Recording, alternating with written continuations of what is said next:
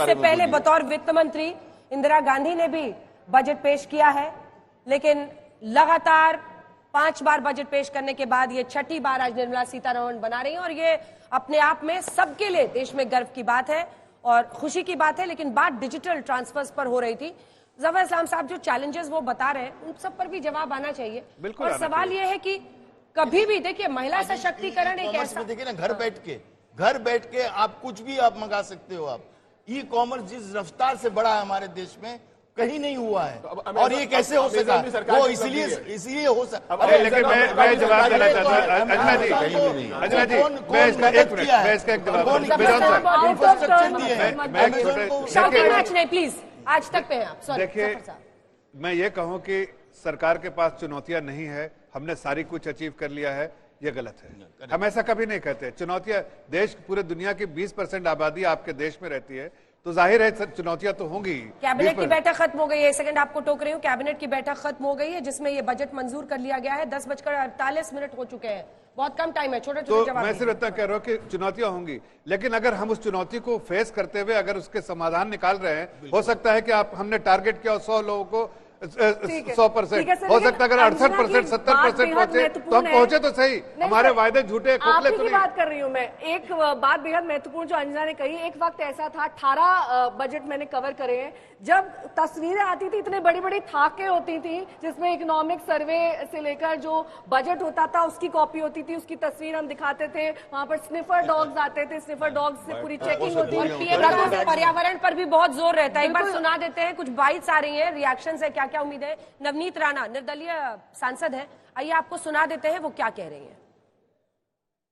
चलिए, जैसे फिर से आता है हम सुनाएंगे। अश्विनी महाजन जी, वो वक्त भी वो दौर भी आपका भी हम बात लेंगे, लेकिन आप ही की सरकार की बात कर रहे हैं सर। अगर 2014 से भी बात की जाए, 10 साल हो गए आपकी सरकार को भी, तो उस दौर से इस दौर का जो पूरा ट्रांजिशन हमने देखा है कि कहाँ वो सर विजुअल चलते थे, जब खुद फाइल लेकर वित्त मंत्री मौजूद रहती थी और फाइल में ही होता था पूरा बजट का लेखा जोखा, एक ब्रीफकेस आता था। लेकिन अब तो टैब तक बात आ गई है, अब तो सब कुछ डिजिटल है, अब तो सब कुछ ऑनलाइन है। कुछ देर बाद जब बजट स्पीच कंप्लीट होगी, सब कुछ पॉइंट वाइज हाईलाइट होकर आ जाएगा। इसमें डिजिटाइजेशन का एक विशेष उपलब्धि मैं यहाँ आपके माध्यम से बताना चाह रहा हूँ कि अभी तिवारी जी बता रहे थे कि अमेजॉन के मुकाबले में भारत ने यूनिक तरीके से एक ONDC open network digital commerce शुरू किया है, which is a democratisation of e commerce. Absolutely. And ये जो एक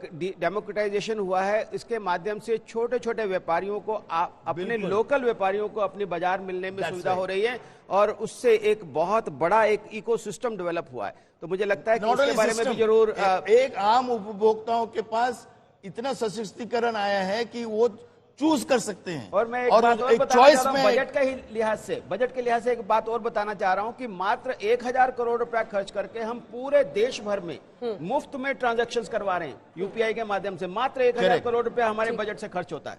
एंड चलिए, बात हो रही थी निर्मला सीतारमण की, मैं फिर फोकस उन पर लाना चाहती हूं क्योंकि 2019 में उनका एक शेर, अब तो खैर ये प्रथा चल पड़ी है, जब लालू प्रसाद यादव भी रेल बजट पेश करते थे तो एक से एक वो वहां पर मजाकिया बात करते थे। अरुण जेटली से लेकर यशवंत सिन्हा, सबने शेरो शायरी अपने अपने अंदाज में की है। तो 2019 में निर्मला सीतारमण जी ने कहा था, यकीन हो तो कोई रास्ता निकलता है, हवा की भी ओट लेकर चिराग जलता है। तो दरअसल जो दृढ़ता भारत की अर्थव्यवस्था ने बीते वर्षों में दिखाई है, ये उसी का प्रतीकात्मक तरीका रहता है। ये सरकार कोई भी हो, किस दिशा में आगे बढ़ रहे हैं वो तय होता है कि कहां पर आप कितना सरकार पैसा लगा रही है, लेकिन जो संसाधन है, जो मिडिल क्लास है, जो किसान है, महिलाएं हैं, उन सबको लेकर उन सब का योगदान जो रहता है देश की अर्थव्यवस्था में, आज उसको भी समझने का बहुत बड़ा दिन रहता है। और उसी अगर आप कड़ी में देखें तो निर्मला सीतारमण आज ये छठा बजट पेश कर रही हैं। लेकिन एक बार फिर से आते हुए, क्योंकि अब मुझे लगता है कि नेहा कुछ देर में ही बजट की शुरुआत होने वाली है, 9 मिनट का वक्त बचा है। क्या क्या उम्मीदें रख सकते हैं, क्या क्या पूरा होगा, कुछ लोक लुभावन होगा, नहीं होगा? ये पॉजिटिव बात मैं चाहती हूँ आज घनश्याम जी से शुरू करें।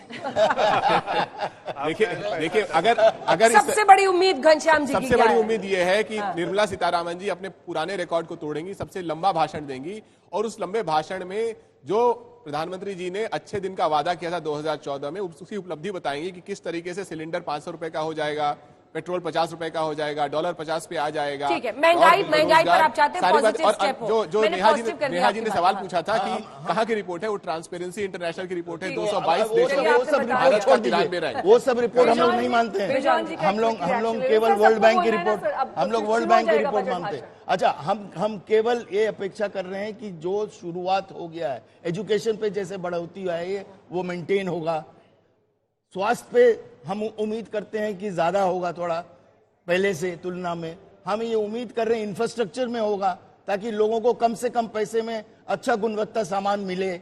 और जो भी सरकारी तंत्र में खर्चा हो रहा है उस पे भी एक ट्रांसपेरेंसी, अकाउंटेबिलिटी आएंगे और उसको आगे और कैसे हम डेफिसिट कम कर सकते हैं उस पे ध्यान होगा। हम ये सारे चीजों को उम्मीद कर रहे हैं ताकि इन्फ्लेशन को हम एक लेवल पे रखें और उपभोक्ताओं पे। बहुत अच्छे पॉइंट उठाए, बेरोजगारी, इन्फ्लेशन, फिजिकल डेफिसिट। तनेजा जी, इसमें क्या ऐड करेंगे? देखिए नेहा, जब से ये सरकार सत्ता में आई है 10 साल होने को आ रहे हैं, शॉर्ट टर्म गेन के लिए जो लॉन्ग टर्म ऑब्जेक्टिव है देश के, उससे ये कभी समझौता नहीं करते, कभी नहीं हुआ। एक बजट आप मुझे दिखा दीजिए और यही इस बजट में रिफ्लेक्ट करेगा। लेकिन साथ साथ जो गरीब है, जो छोटा दुकानदार है, छोटा व्यापारी है, और इसके अलावा जो मजदूर है और किसान है, उसको प्राथमिकता मिलेगी। लेकिन साथ साथ देश की अर्थव्यवस्था का लगातार विस्तार हो और आधुनिकीकरण हो, यह भी बिल्कुल चमकता हुआ दिखेगा। अश्विनी महाजन जी, मुझे लगता है कि अभी जो फिस्कल डेफिसिट की बात आई, मैं जफर भाई से सहमत हूं कि इस बार जो 5.9 आया था रिवाइज एस्टिमेट्स में 5.7 आएगा। वित्तीय घाटा आपको लग रहा है कि कम कर लेगी सरकार? इस पिछले बजट का, और अगले बजट में 5.4% तक या 5.3% तक आ सकता है। रोड मैप क्लियर है। देखिए, मैं सीधी बात करते हैं, फिस्कल कंसोलिडेशन पे फोकस होगा, विकास ग्रोथ पे फोकस होगा, इसलिए कैपेक्स को फिर से प्राथमिकता दी जाएगी। 3.3% था पिछले बार। कुछ तो हिंदी शब्द होता हो तो करिए ना, कोशिश कीजिए तो हमारे दर्शक समझ पाए ना। देखिए, हमारी जो तेज रफ्तार से जो अर्थव्यवस्था चल रही है उसको और तेजी से चलाने के लिए इन्वेस्टमेंट होना चाहिए, निवेश होना चाहिए, उस पर सरकार की कोशिश फिर से रहेगी। छोटा सा और यहाँ पर सवाल करना चाहिए जफर जी, क्योंकि पिछले बार भी आप यहाँ पर मौजूद थे बजट के दौरान, जो के शेप रिकवरी की लगातार बात हो रही थी ना, उस के शेप में हम कहाँ तक पहुंचे? देखिए, हम तो वी शेप की बात करते हैं, के शेप की तो बात ही नहीं करते। के शेप तो ये लोग बोलते हैं, हम वी शेप, हमारी रिकवरी बोलते हैं। आप देखिए दुनिया के परिप्रेक्ष्य में देखिए, पहले केवी सुब्रमण्यम जो कि उस समय चीफ इकोनॉमिक एडवाइजर, दुनिया के परिप्रेक्ष्य में देखिए तो वर्ल्ड इकोनॉमी जो है वो जो है श्रिंक कर रही है। अब हो गया है कि 2 पॉइंट कुछ परसेंट, 3.5% से 2 पॉइंट करेगी। इंडियन इकोनॉमी जो ग्रो करी 7% कंसिस्टेंट, और आगे के फोरकास्ट भी बताते हैं कि जिस तरह का जो डिसीजन ले रही है, पॉलिसी रिफॉर्म्स और स्ट्रक्चरल रिफॉर्म्स और जो पॉलिसी इनिशिएटिव सरकार ले रही है, उससे आगे की दिशा भी बिल्कुल साफ है। तो मुझे लगता है कि इस पूरे इसमें बजट में आज राहत जो है सबको मिलेगी, लेकिन बड़ा जो जुलाई का बजट है इसमें बहुत सारी राहतें उस वक्त देंगे, लेकिन आज डायरेक्शन सब तरफ का मिल जाएगा।